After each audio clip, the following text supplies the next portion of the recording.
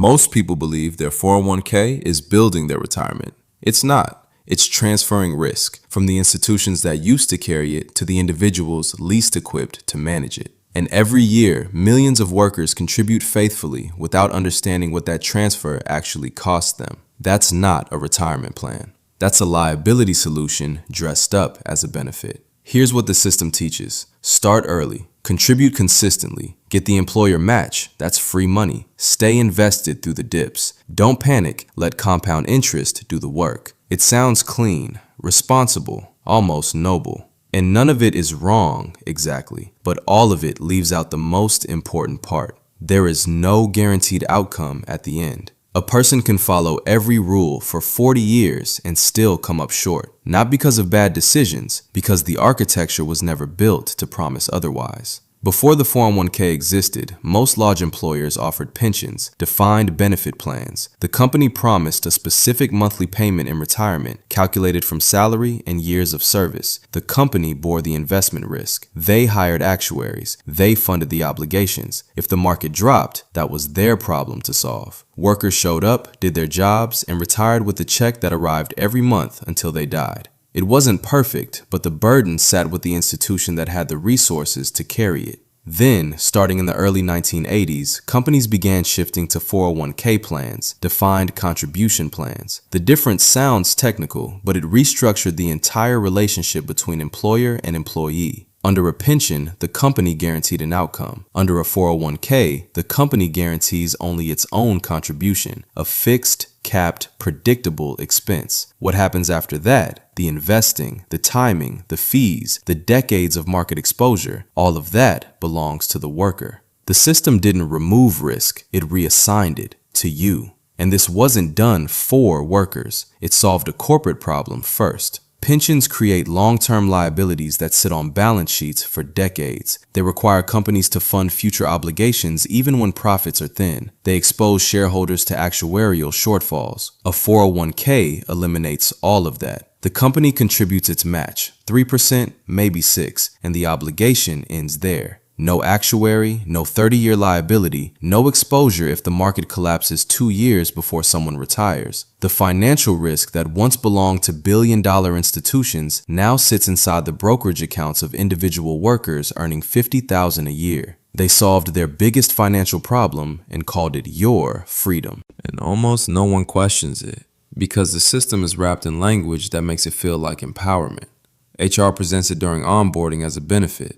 The enrollment form defaults you in, the target date fund is pre-selected, the match is framed as free money. Everything about the experience is designed to feel automatic. Set it and forget it.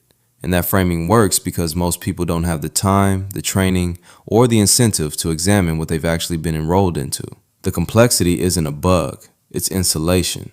The harder something is to understand, the less likely anyone is to challenge it. That's how a system hides in plain sight. Now consider the match, because that's the piece everyone fixates on.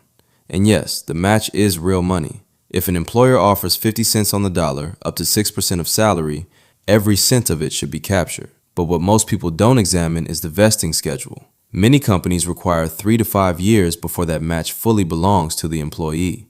Leave before that window closes, and part or all of it is forfeited.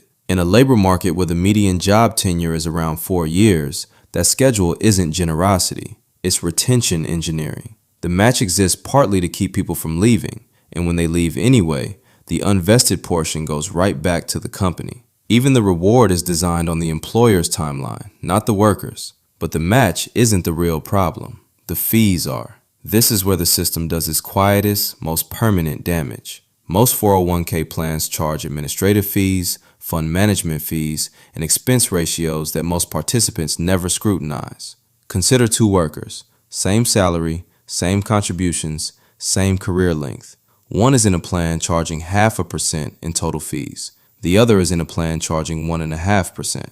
Over 30 years, the worker in the cheaper plan retires with roughly $700,000. The worker in the expensive plan, same discipline, same sacrifice, same decades of delayed gratification, retires with closer to $550,000. That's not a rounding error. That's 5 more years at a desk. That's retirement delayed, not because of anything the worker did wrong, but because of a fee structure they never chose and probably never saw. And who profits from those fees? Fund managers, plan administrators, financial service companies chosen by the employer, not by you. The worker has no negotiating power over plan costs. They get whatever menu their company selected, and most companies selected based on administrative convenience, not on what delivers the best net return to their people.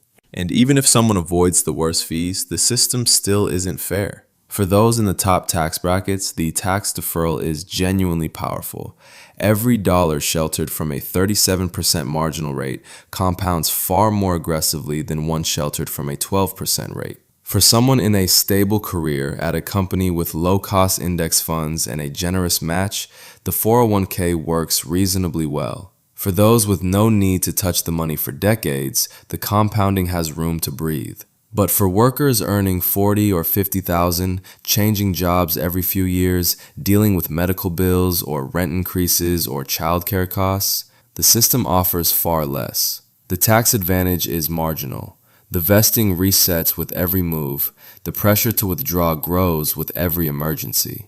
Two people can follow the exact same plan and end up in completely different retirements just because one earned more along the way. Same rules, same system, different destinies. And the system has no mechanism to close that gap. None. The system works best for people who least need saving, because even if you never earn a high salary, the system still finds ways to pull money out of you. The financial industry calls it leakage. What happens when people pull money from retirement accounts before they're supposed to? Cash outs when switching jobs, loans against the balance, hardship withdrawals during emergencies. The industry frames this as irresponsible behavior, a failure of discipline. But look at the structure. The money is technically accessible. The penalties are painful but survivable.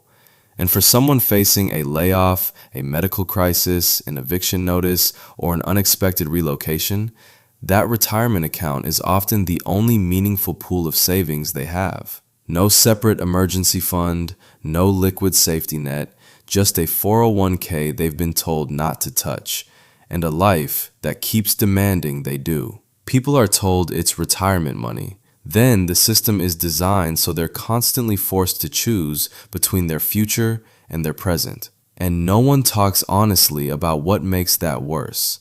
Job mobility. The modern economy does not reward loyalty. Wages grow fastest when workers switch employers. Promotions often require leaving.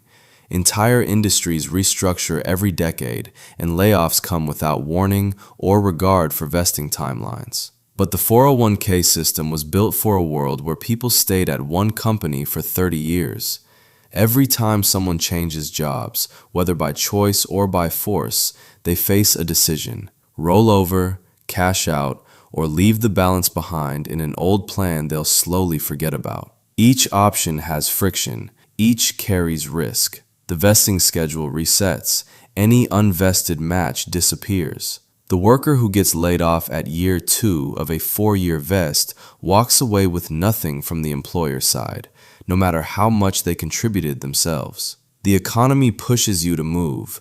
The system punishes you when you do. But even if someone stays put, avoids every trap, and contributes for decades, there's still a risk nothing in the system protects against. And this one can erase everything. The market itself. A worker can contribute faithfully for 35 years, build a portfolio worth $800,000, and watch it fall to $550,000 in a single catastrophic year, right at the point of planned retirement. That happened to millions of people in 2008. The term is sequence of returns risk. When the market falls matters almost as much as whether it falls. A crash at age 30 is recoverable. The same crash at 62 is devastating. There is no floor, no insurance, no backstop. Two people can do everything right, same contributions, same funds, same discipline, and end up separated by hundreds of thousands of dollars purely because of when they were born. The system allows that, and it never corrects for it. And here's what makes all of this worse. When the system fails to deliver, it blames the individual. Didn't save enough? Should have budgeted better. Picked the wrong funds? Should have done more research. Took a hardship withdrawal during a medical emergency? That was your choice. Didn't understand the fee structure? Financial illiteracy. Cashed out when switching jobs at 26? Short-sighted. The entire vocabulary around retirement failure is personal. Every outcome is framed as a discipline problem, a knowledge gap, an individual shortcoming. But when tens of millions of people are undersaved, when the national retirement shortfall is measured in trillions, that is not a collection of personal failures.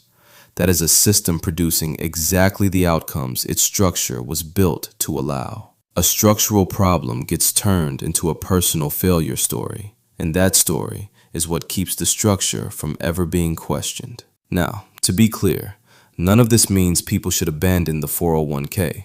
It is still one of the most tax-efficient savings vehicles available. The employer match is still real. For people with stable incomes, long time horizons, and low-cost plan options, it can build meaningful wealth. But the system around it, the fee extraction, the vesting traps, the leakage design, the market exposure without protection, the total absence of guaranteed outcomes, that system is built to protect employers and financial institutions first. Individual success inside of it is possible. It is just not the point of it. So here's what anyone still working inside this system needs to hear. Capture the full match, every dollar. Then look hard at the plan's fee structure. Not the fund names, but the expense ratios and administrative costs buried in the fine print. If total fees are above 0.5%, push back or direct additional savings to a low-cost IRA. Understand the vesting schedule before deciding to switch jobs, and factor lost match money into any salary comparison. Avoid borrowing against the balance unless the alternative is genuinely worse. And when leaving a company, roll that money into a low-cost account immediately. Don't let it sit forgotten, and don't cash it out. None of this is complicated, but none of it is taught, and that silence is not an accident. Millions of workers follow every rule for decades. They contribute, they stay invested, they don't panic, and their outcomes still diverge, not because of discipline, but because of timing, employer quality, fee structures, and forces entirely outside individual control. The system allows that divergence. It has no mechanism to repair it, and no one inside it is required to tell you that before you sign up. Doing everything right was never enough to make the outcome certain.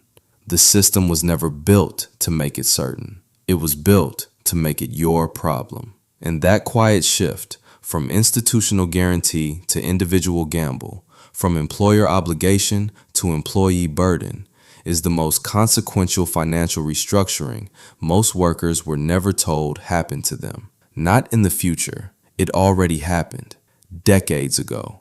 And most people are still inside it, contributing every paycheck, believing the system is working for them. It's not. It's working, just not for you.